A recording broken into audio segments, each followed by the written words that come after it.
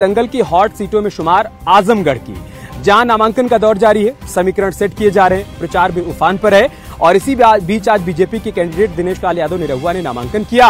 दूसरी तरफ धर्मेंद्र यादव ने भी नामांकन किया। इन सब के बीच ये कहा जा रहा है कि आजमगढ़ में एक बार फिर से MY समीकरण या MY फैक्टर हावी हो सकता है। लेकिन बीजेपी जो कि उपचुनाव में जीती थी, वो चाहती है कि एक बार फिर से सीट पर कमल खिलाया जाए और इसके लिए पूरा जोर बीजेपी की तरफ से लगाया जा रहा है। वैसे तो आजमगढ़ लंबे समय से समाजवादी पार्टी का गढ़ रहा है, लेकिन पिछले उपचुनाव में बीजेपी ने जिस तरीके से समाजवादी पार्टी के गढ़ में सेंधमारी की थी, उसने हर किसी को चौंका दिया था। 2022 उपचुनाव के नतीजों को देखें तो निरहुआ को करीब 3,12,000 वोट मिले थे, जबकि धर्मेंद्र यादव को 3,04,000 वोट मिले थे। यानी महज 8,000 वोटों से समाजवादी पार्टी सीट पर हार गई थी। और बीएसपी से चुनाव लड़े थे उस दौरान गुड्डू जमाली, जो कि अहम फैक्टर साबित हुए थे। बीएसपी ने 2,66,000 के करीब वोट हासिल किया था और समाजवादी पार्टी का पूरा गणित बीएसपी के प्रत्याशी ने बिगाड़ दिया था। लेकिन चूंकि इस बार गुड्डू जमाली बीएसपी का साथ छोड़कर समाजवादी पार्टी में आ गए हैं, इस वजह से कहा जा रहा है कि जो उनके साथ वोटर गया था वो भी शिफ्ट हो जाएगा समाजवादी पार्टी में और MY फैक्टर यहां पर हावी हो सकता है।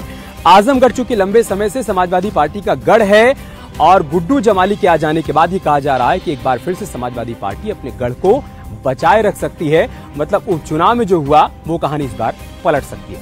रिपोर्ट।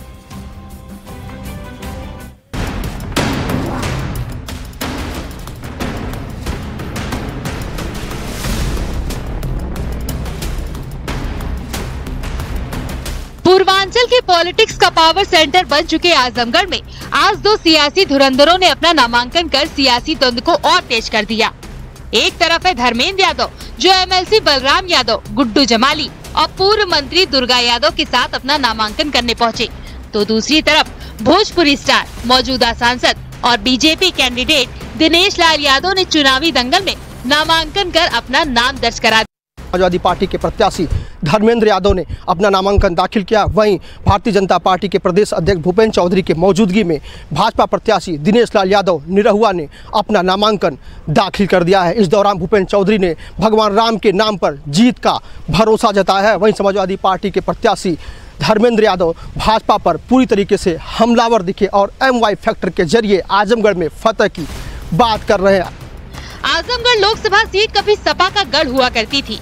2019 में अखिलेश यहां से सांसद चुने गए, मगर 2022 के यूपी विधानसभा चुनाव में करहल से विधायक बनने के बाद अखिलेश ने संसद की सदस्यता से इस्तीफा दिया था। इसके बाद हुए उपचुनाव में भाजपा ने सपा के गढ़ में सेंध लगाई और भोजपुरी स्टार दिनेश लाल यादव उर्फ निरहुआ यहां से सांसद बने।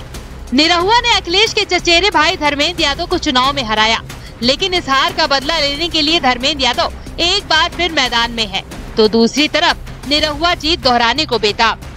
आजमगढ़ उपचुनाव में तब ये कहा गया कि सपा की हार की वजह बसपा प्रत्याशी गुड्डू जमाली बने थे। दरअसल गुड्डू जमाली के लड़ने से मुस्लिम वोटों का बंटवारा हुआ था, जिसका फायदा निरहुआ को मिला। तब सियासी जानकारों ने यही कहा था कि मुस्लिम वोटों के बंटवारे की वजह से धर्मेंद्र यादव उपचुनाव हार गए थे। लेकिन इस बार समीकरण अलग है। इस बार गुड्डू जमाली सपा में शामिल हो चुके हैं, जिसने जीत के समीकरण बदल दिए हैं।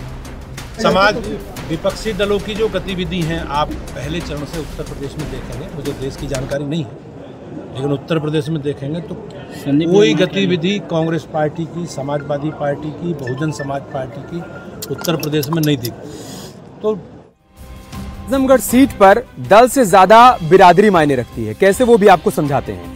कह सकते हैं कि आजमगढ़ सांसद यादव या फिर मुस्लिम कोई बनाता है। मतलब आजमगढ़ की जनता या तो हर बार अपना सांसद यादव को चुनती है या फिर मुस्लिम को चुनती है। बैकग्राउंडर समझते हैं, इस लोकसभा सीट से 1989 से यादव या फिर मुस्लिम ही जीतते आ रहे हैं। उससे पहले भी सीट से यादव उम्मीदवार जीत दर्ज कर चुके हैं। इमरजेंसी के बाद इस सीट से जनता पार्टी के राम नरेश यादव ने जीत दर्ज की थी। उनके CM बन जाने के बाद उपचुनाव हुआ और 1978 में कांग्रेस की मोहसिना किदवई यहां से सांसद बनी। इसके बाद समाजवादी पार्टी की टिकट पर 1996 में रमाकांत यादव सांसद बने। मोदी लहर के बावजूद लोकसभा चुनाव में 2014 के चुनाव में मुलायम सिंह यादव ने सीट पर जीत दर्ज की थी और 2019 में भी अखिलेश यादव इस सीट पर जीत दर्ज करने में कामयाब रहे थे।